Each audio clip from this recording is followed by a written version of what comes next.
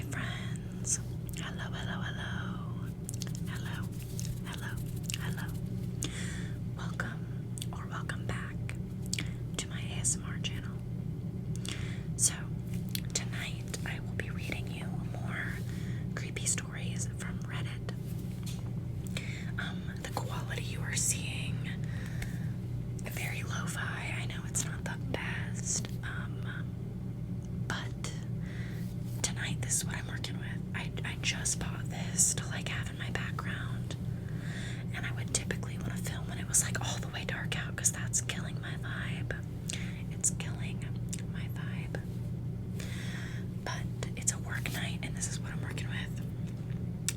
My ring light stopped working. The lighting situation I'm figuring out. But this is what we're doing. So hopefully it's just dark and relaxing and you're not even watching, you're just listening. So I'm just gonna jump right into the creepy stories from Reddit. So I will be reading stories from Let's Not Meet, or Backwoods Creepy, or Creepy Encounters. Those are my favorite pages on Reddit to read stories from. So we shall begin. The first story is from Backwoods Creepy.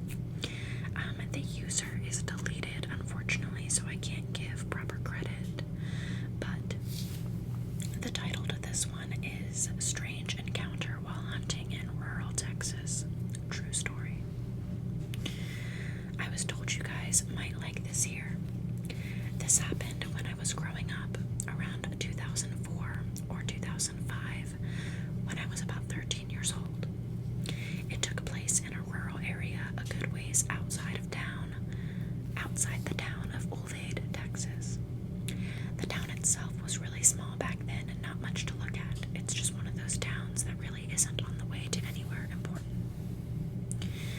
My father knew someone who owned a deer lease that was about 1,000 acres, I think, down outside of that area, and was complaining about a ton of hogs that were tearing up their land. Being open season on hogs in the south, my dad thought he would surprise me that summer and take me down for a week to go hunting for them. Not only did that help him with networking for his job, but also gave us some quality father-son time. I remember the drive down there from Dallas was torture. It was about 7 hours in my dad's hardtop Jeep Wrangler. That car was so uncomfortable, I hated.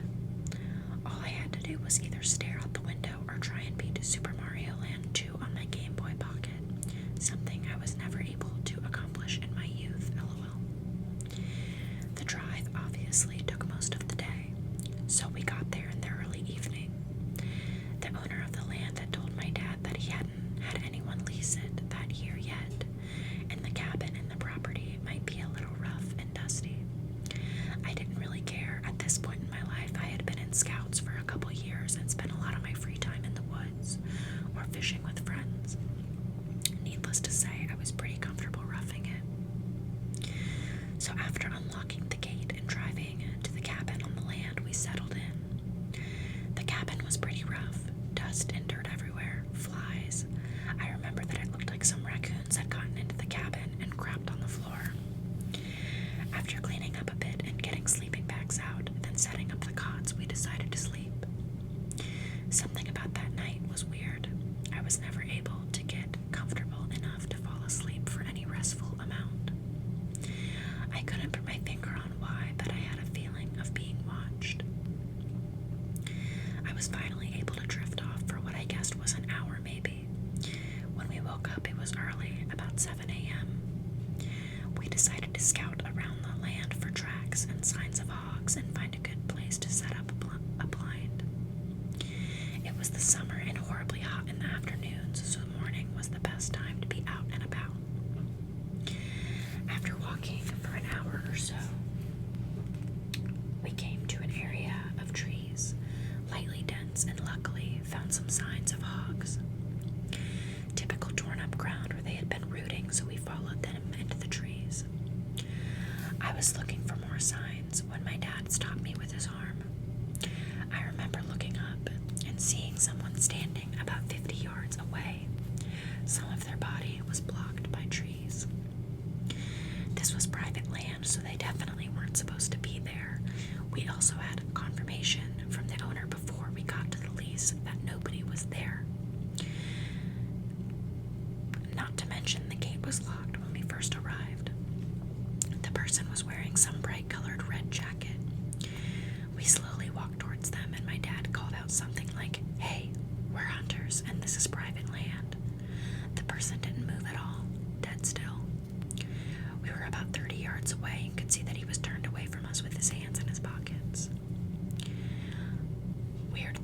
was that the person was in a ski jacket and what looked to be ski pants.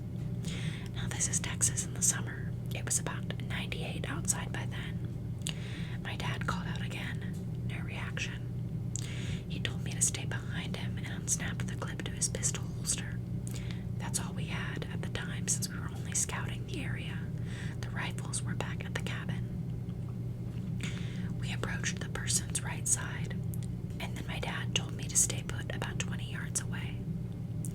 I stayed and crouched down, watched him circle around to the front of the man, all the while talking to him, asking if he was okay. He finally passed around to the front of the man, and my dad stood straight up with a confused look on his face. I called out and said, "What's wrong?" And he called back saying, "It's a mannequin." I walked over to it while my dad stood there staring. As I got closer, one thing stood out the most. The clothes it was wearing were brand new. No dust, sap, bird droppings, or signs of being outside for any more than a day at most. At that moment, I looked at my dad and could see him get worried. Almost immediately after, I felt that feeling again, like we were being watched, and I knew my dad felt it too. Lost my place, I'm sorry. I wanted to start crying. I remember feeling suddenly so scared. My dad whispered, "We're leaving right now." He grabbed my hand and drew his pistol. He scanned the area the whole way back. Oh my god, my wife is playing video games. I'm so sorry.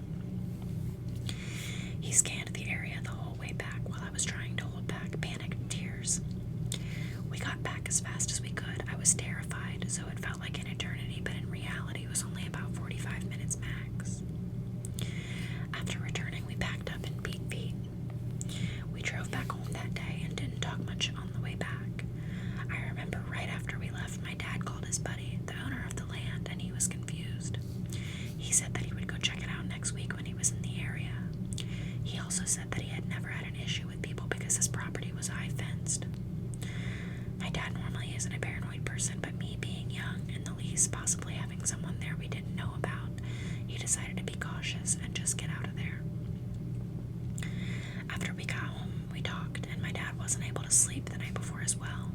He had the same feeling but didn't want to wake me up because he thought I was sleeping as well. Turns out that next week he got a call from his buddy. He had checked the whole property and never found any trace of anyone, no mannequin or anything. That story still makes my hair stand on end. No idea what that was, but the paranoid man in me thinks it was some kind of trap or something. Not the creepiest thing that happened to me in the woods, but definitely top 3. So whoever was out there, I'm glad we never met.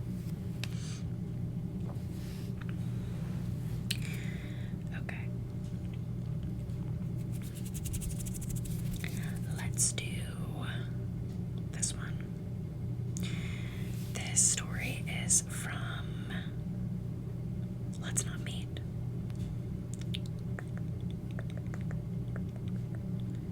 Maybe. Okay. This one is from Let's Not Meet. The user is Bobby Brown 666420. And it's called I Was Almost Cooked Alive. When I was 10, my parents and I went to visit my grandmother for spring break. My cousin also came to visit, and we decided we wanted to go to the YMCA for the day. My grandmother dropped us off and said she would come and pick us up in 4 hours. On that day, the YMCA was empty.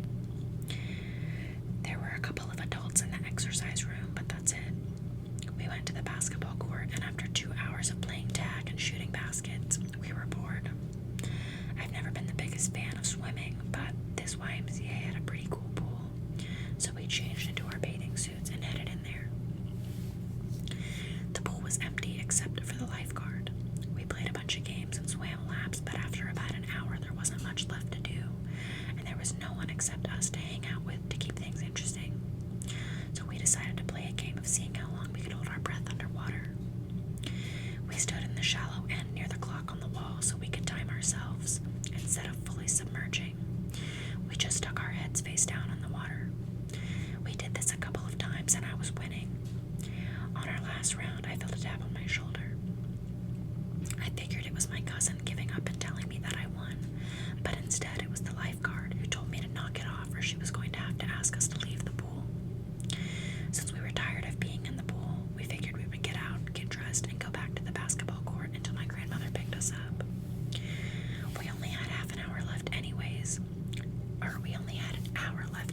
size, and the water was freezing.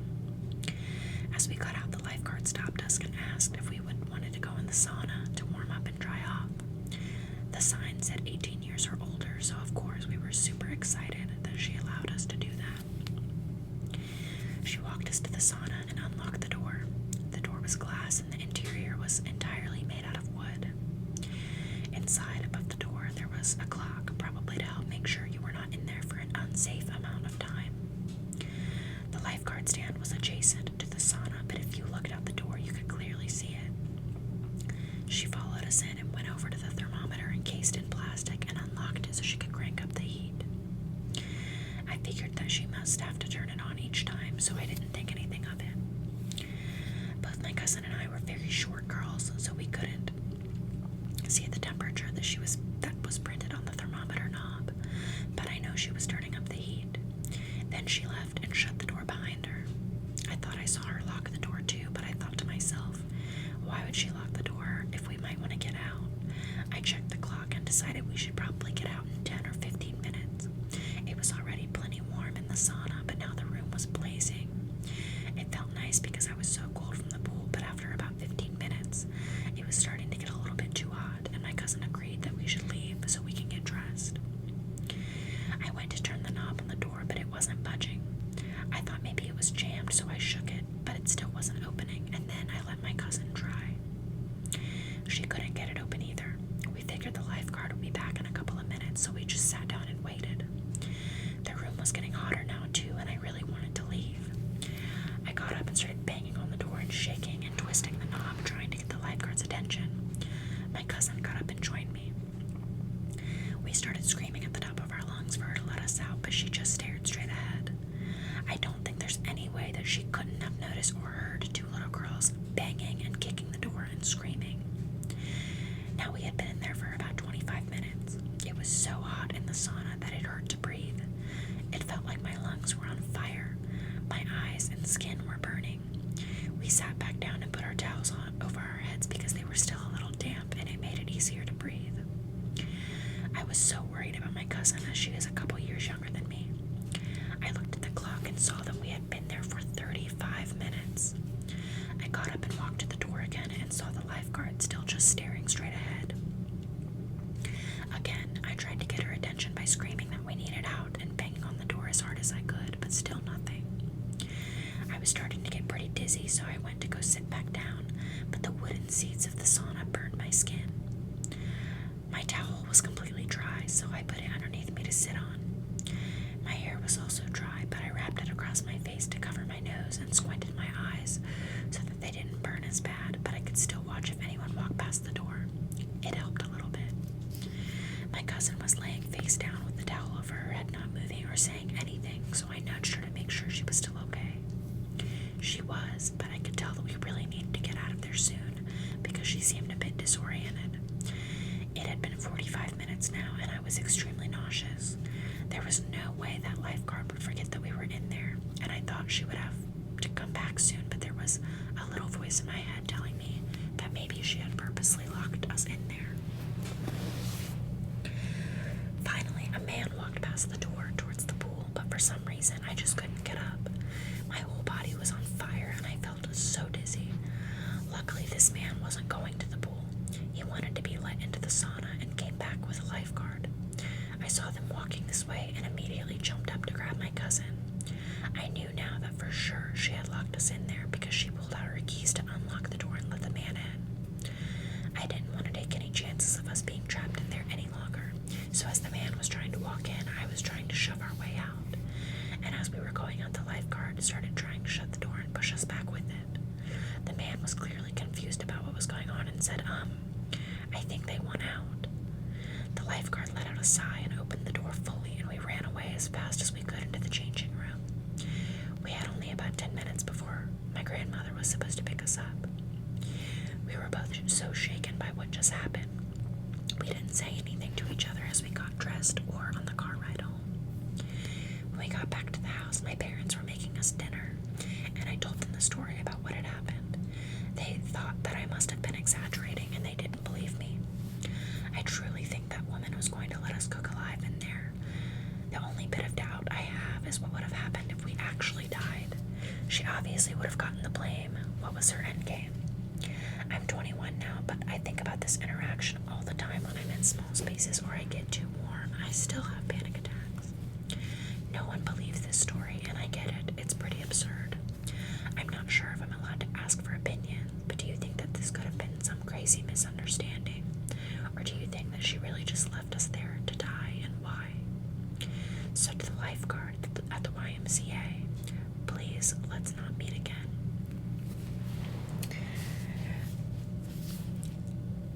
The let's not meet stories always freak me out the most because they're obviously like true stories that have to do with just like people, that like people are either like running into somewhere or just, they're just very, very realistic. This could happen to anybody. You just never know someone's intentions, and that's terrifying. I can't imagine like the panic you would feel, especially as like a young child. The lifeguard was obviously crazy, had some issues. Okay. Let's do this one. This is also a let's not meet. Alright, this one, the user is Gabagool Gandalf, and it's titled The Raincoat Man. Hey there, a friend of mine recommended that I should join Reddit and tell this story here. What I am about to describe will sound like a cheap-ass, cliche movie script, but this did indeed happen. Even at home, barely anyone believes me without confirmation from the other parties involved, so buckle up. It's a long haul. Autumn 2019 in British Columbia, Canada. I am from Germany, but spent half a year in Canada as part of my bachelor's degree. I barely got back before COVID hit. I was 22 years old at the time, and the other people involved were about the same age. Another foreign student and I befriended this local Canadian student. We all had the same interests and humor, and the dude became a very good friend of ours. He told us all about the local area, and we spent a week in the summer with him and his father at their very remote, remember this, cabin near some woods. They taught us how to handle guns there and let us shoot a lot. Ammo is very expensive. Then fall came and we had a lot of free time due to being finished with all our papers. So our buddy proposed that we spend a few days at his dad's cabin because we could just load up on booze and weed and have a great time there. Just living the life. Three close dudes in the woods, gaming and getting wasted. Sounds great, right? After loading up on all of these supplies, the first 3 days were very calm. On the first day, just like the last time I was there, I barely slept and was generally tense. This is because I am a very naturally paranoid guy, and I often go into alert mode in situations, which is often mocked by my friends.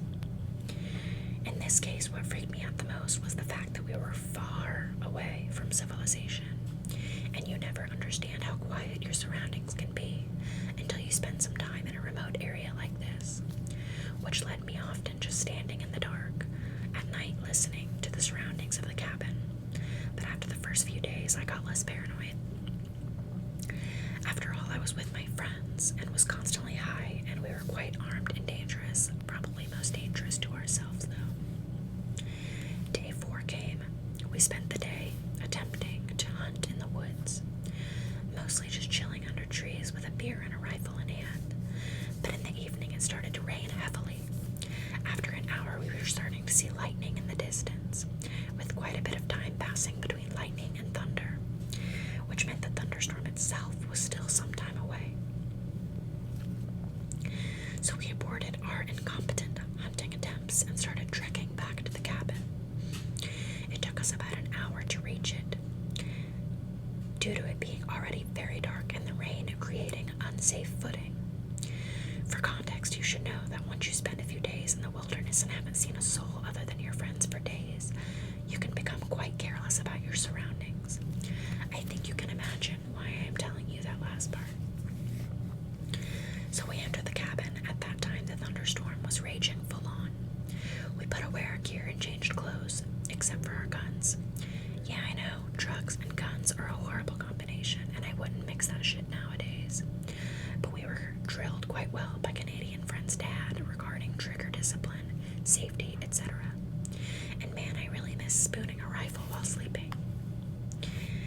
We cozied down in the living room at a table, started a YouTube video, and began playing cards.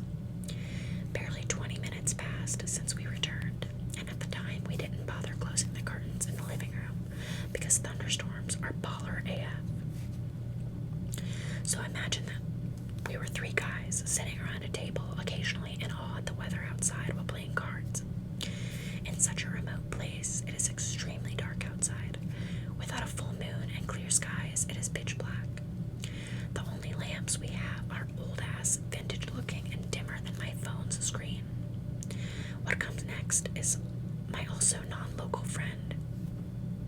What comes next is how my non-local friend has described what he saw. While sipping from his beer, another lightning went off. He spit it out instantly after the lightning came and screamed loudly and stood up. No words, just the sound of panic. My Canadian friend and I were instantly perplexed and looked at him. There is somebody outside. He started rambling about how in that split second the lightning illuminated the outside of the cabin. He saw a person standing a bit of a distance away from the cabin, looking directly at us.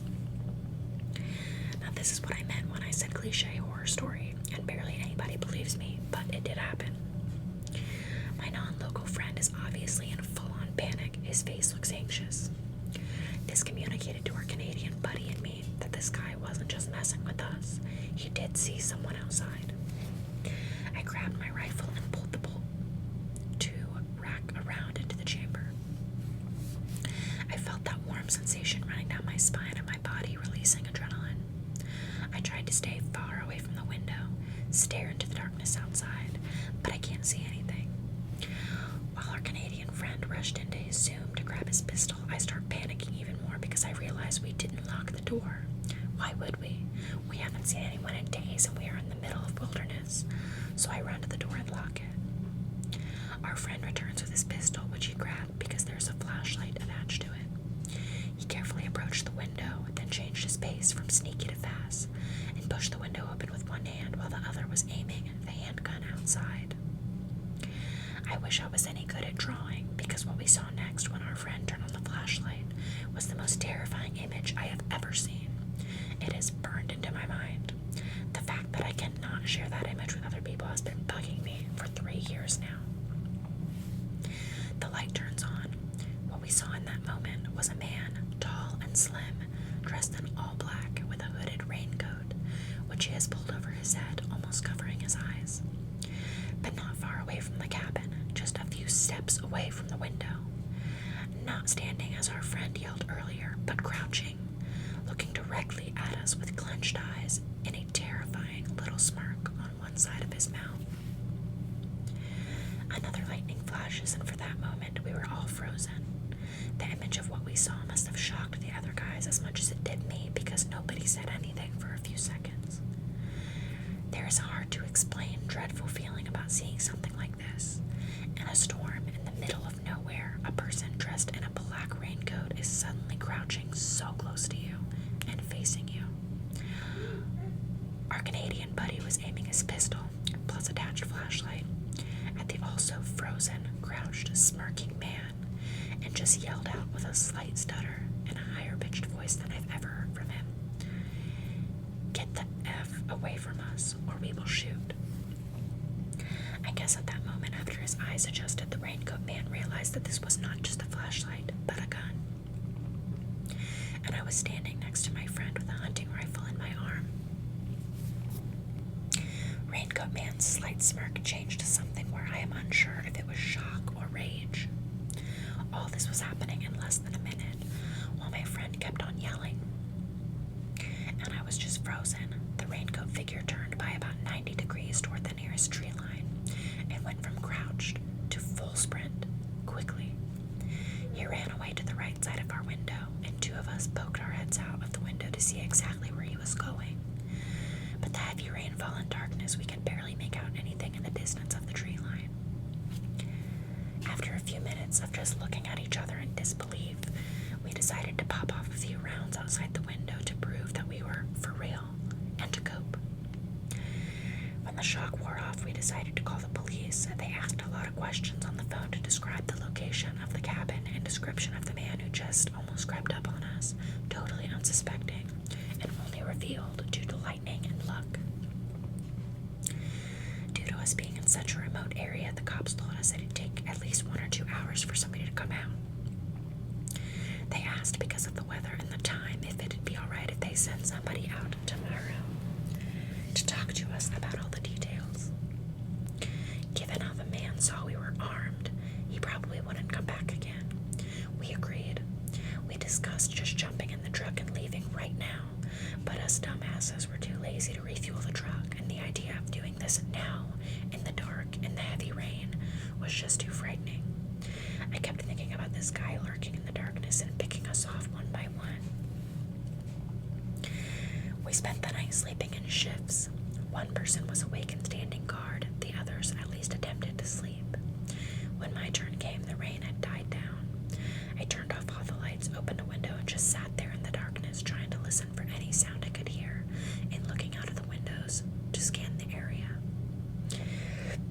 Let me tell you, when you're sitting in the dark for hours in full alert mode, just trying to sit still, listen, and look around, you have a lot of time to think and reiterate what just happened. Close to the middle of the next day, 2 cops arrived. We had to give them a detailed report about what happened, when it happened, and had to show them in which direction the raincoat shade ran off to.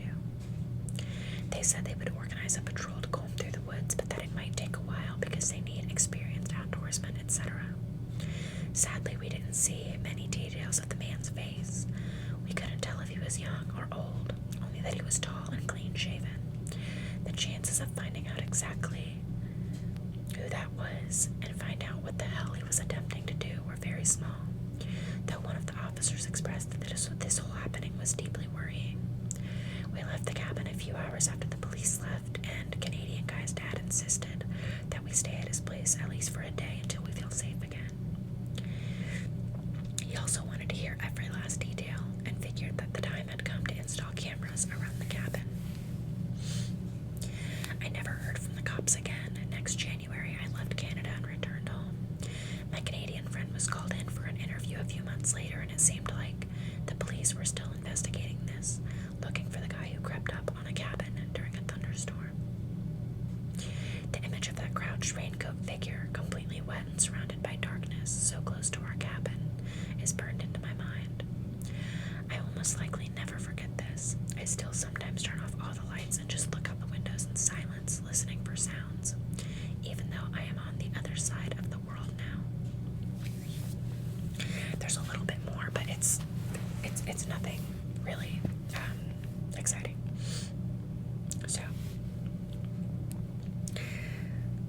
just the image in my head alone of the man at the window had me spooked. Let's see.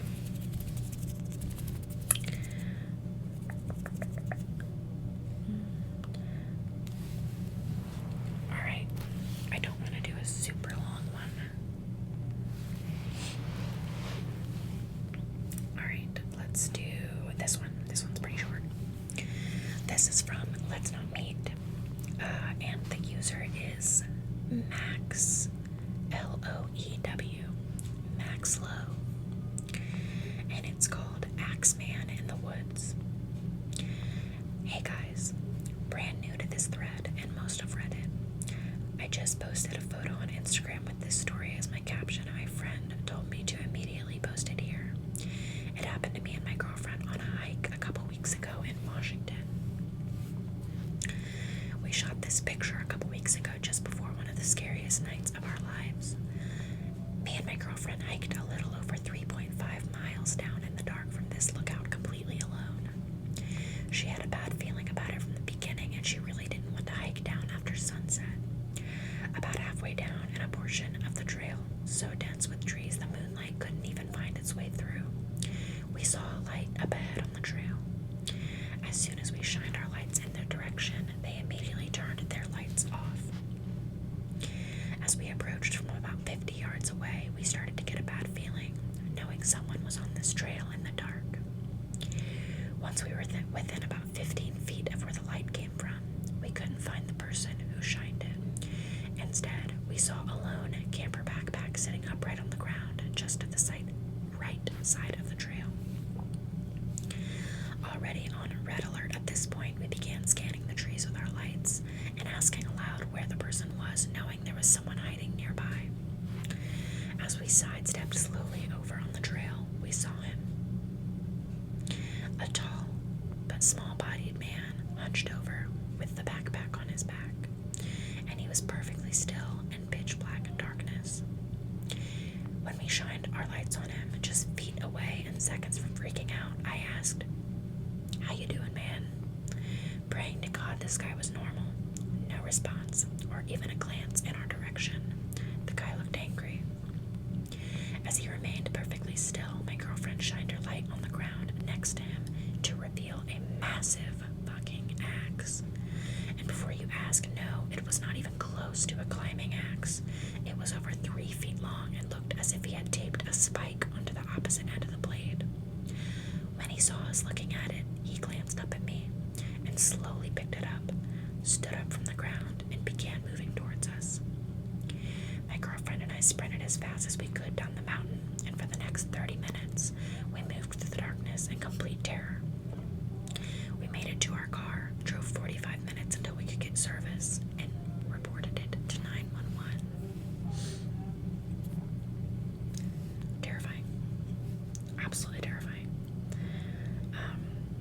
I don't go out and hike. I don't go out and camp. I don't do anything like that anymore because of stuff like this. I'm like such a paranoid person because of these stories that I read, so I should probably stop, but you know, what are you gonna do? Okay. Let's find one more. Just one more. Okay.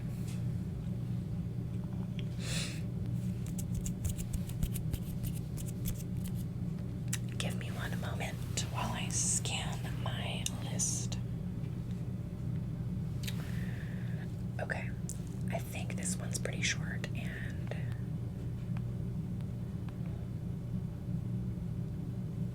no.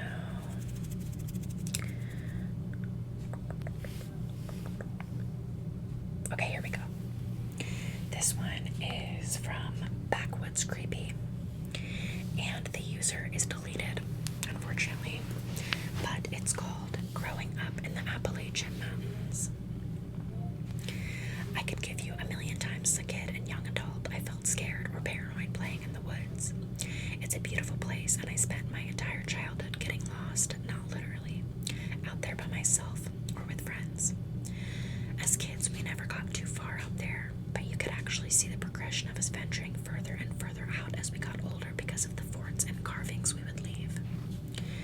This one particular time, like 1,000 times before, my friend and I had just graduated high school. It was our last summer of freedom, and we spent the entire summer camping and hiking out there. We had decided to try and find a new place to set up camp and walked for what felt like a few miles before we came to a nice clearing. The area was relatively new to both of us. We got the camp set up and the fire going, and the plan was to wait until nightfall, smoke some weed, and play Monopoly. For sake of backstory on my friend and I, my buddy is a smaller, real goofy guy, but comes from a family of foresters and always had a deep understanding of all the trees and different plants you could come across. He had no fear of going and camping out by himself. If I spent 10,000 hours in the woods, he probably spent 50,000. As for me, I'm a taller, sturdier guy, and as we got older, I spent more time worried about women and sports, and the woods became a place for small parties. Also, I never had the balls to camp out alone. In fact, older me wouldn't go far at all when I was alone because I could never shake the feeling of being watched, which was just paranoia, but still an uneasy feeling. Anyways, camp is set, fire is going, but it's getting lower and needs wood. Sun is down and we're both cutting up and having a good time. My friend is sitting on this little chair he always brought and loading up this makeshift bong, and I was crouched, breaking some excess limbs off of the logs that we had gathered for the fire. All of a sudden, this strong breeze cuts through the clearing.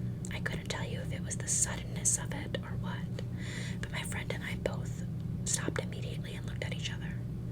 The breeze went just long enough to flicker our fire down both sat completely still in almost total darkness. Neither of us said a word. Across from us on the other side of the fire, we could hear footsteps. They sounded like someone was running and would slow to a walk and then run again, definitely on two legs. By the sound of it, they were pacing back and forth over the same spot. Then, just like it started, it stopped with a softer crunch on the underbrush. I knew by the sound that it had taken a crouch. I was crouched still and knew I was staring right at it in the dark. My friend grabbed my shoulder and said, "Buddy."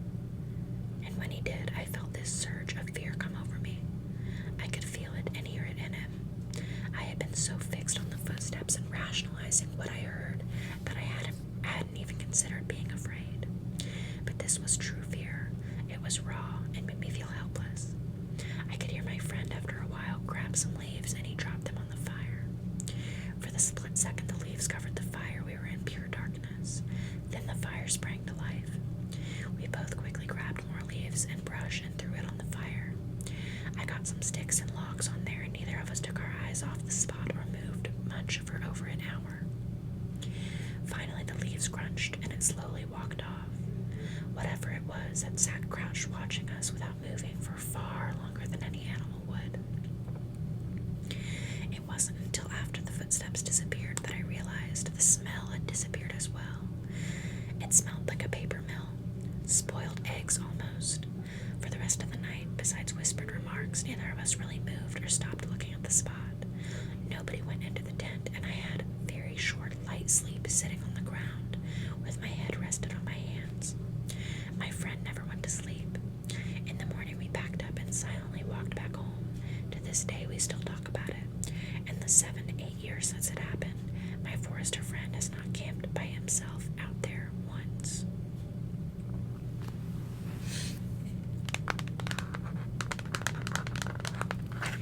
I know that one wasn't like terrifying just reading it, but if you really think about, if you've ever been in the woods at night and it's completely dark, you're almost like disoriented because everything looks the same. And I've just heard so many things about, the Appalachian Mountains and the woods out there, and it's just not good. And the sulfur smell, you just know that it wasn't an animal. But what was it? Terrifying. Yeah, no, would never catch me out in the woods in the middle of the night ever. But like I remember one time, a side note, I had went walking on a trail with my wife and a couple other people, and we were doing that rando nodding thing that was really popular on TikTok at one point in time.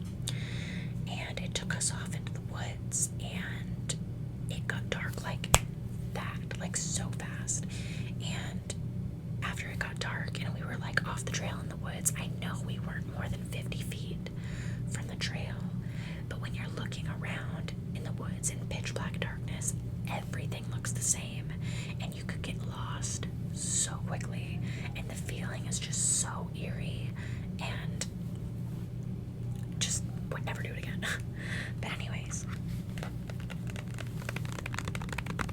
that is all I will be reading this evening.